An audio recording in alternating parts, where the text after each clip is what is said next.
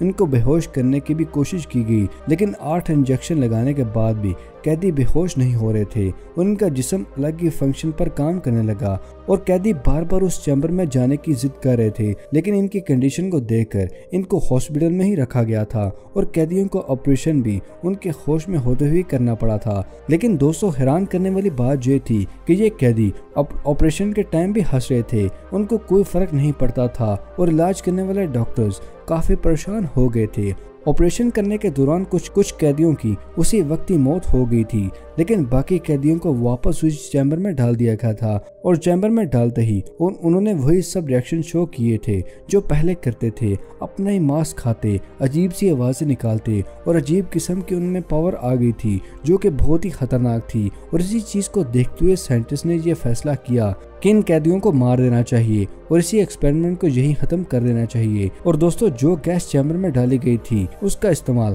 Soldiers نے کرنا تھا تاکہ جنگ میں بھی یہ نہ سو سکیں، نہ تھکاوٹ ہو اور دشمنوں کا اچھا مقابلہ کر سکیں۔ اور سب ایکسپیریمنٹ رشین آرمی کے کمانڈر کے انڈر کیا گیا تھا، جہاں پر انہوں نے سائنٹسٹ کو ایکسپیریمنٹ بند کرنے پر صاف صاف منع کر دیا تھا، اور کمانڈر نے یہ تک کہہ دیا تھا کہ کیوں نہ کچھ سولجرز کو اس چیمبر کے اندر بھیجا جائے تاکہ ان قیدیوں کے ساتھ رہ کے یہ دیکھیں کہ وہ اس طرح کا سلوک کر رہے ہیں، اور اس بات سے گھبرا کر ایک سولجر نے آرڈر دینے والے کمانڈر کو ہی مار دیا، اور اس سولجر نے بعد میں چیمبر میں جا کے باقی قیدیوں کو بھی مار دیا، اور اپنے ہائی کمانڈر سے ڈر کر اس سولجر نے خود کو ہی مار دیا تھا۔ دوستو، یہ تھا رشین سلیپ ایکسپیریمنٹ کی خوفناک کہانی، جس میں ہم نے دیکھا کہ اگر غلط ارادے کے ساتھ کوئی بھی چیز سٹارٹ کی جائے تو اس کا نتیجہ ہمیشہ ہی غلط ہوتا ہے۔ برازیلین بل پنشمنٹ کی بات کریں کہ اس سزا میں انسانوں کو سانڈ میں ڈالا جاتا ہے اور تب تک رکھا جاتا ہے کہ اس میں وہ چلا چلا کے مر جائیں، اور اس بل کو اس طرح سے ڈیزائن کیا گیا تھا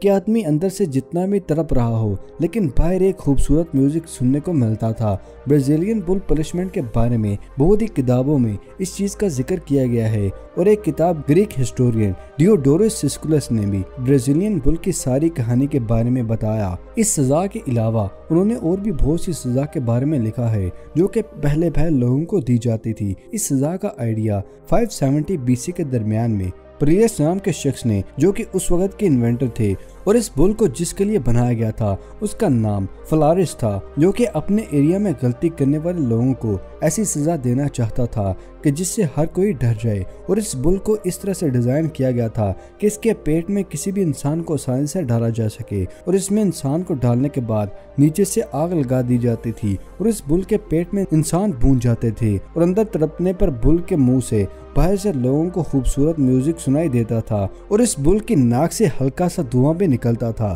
اور اس دھوئیں کی اسمیل بدبودار نہیں تھی بلکہ اس کے ناک کے پاس پرفیوم کو سیٹ کیا گیا تھا۔ اور اس طرح سے جہاں کا راجہ اس ایریا میں انسانوں کو سزا دینے پر خوب مزے اڑاتا تھا۔ کیا آپ جانتے کہ اس بل کے انوینٹر کو ہی اس بل میں جلایا گیا تھا، کیونکہ جب اس بل کی خاصیت انہوں نے راجہ کو بتائی تب راجہ نے پارلس کو ہی اس میں ڈال کر اس کا ٹرائل لیا۔ راجہ سننا چاہتے تھے کہ کیا واقعی میں اس بل کے اندر میوزک سنائی دیتا بھی ہے کہ نہیں، اور اس کو جلانے کے بعد راجہ کافی خوش ہو گئے تھے کیونکہ یہ بل راجہ کو بہت ہی پسند آیا تھا، اور بعد میں بہت سے لوگوں کو سزا بھی دی گئی تھی۔ اور حیرانگی کی بات یہ بھی ہے کہ جب راجہ اپنے سلطنت سے ہٹا تو اس کو بھی اس بل میں ڈال کر مار دیا گیا تھا۔ دوستو، سینٹ نام کے ایک شخص کے بارے میں بتاتے ہیں۔ 2nd سینچری میں جب رومن لوگ کرسچین ریلیجس میں نہیں گئے تھے تو وہ کرسچین ریلیجس کے لوگوں کو سزا دیا کرتے تھے، جس میں رومن سولجر بہت ہی کرسچن کو برازیلین بل میں ڈال کر مار دیا کرتے تھے، اور ایسا ہی سینٹ کے ساتھ بھی ہوا۔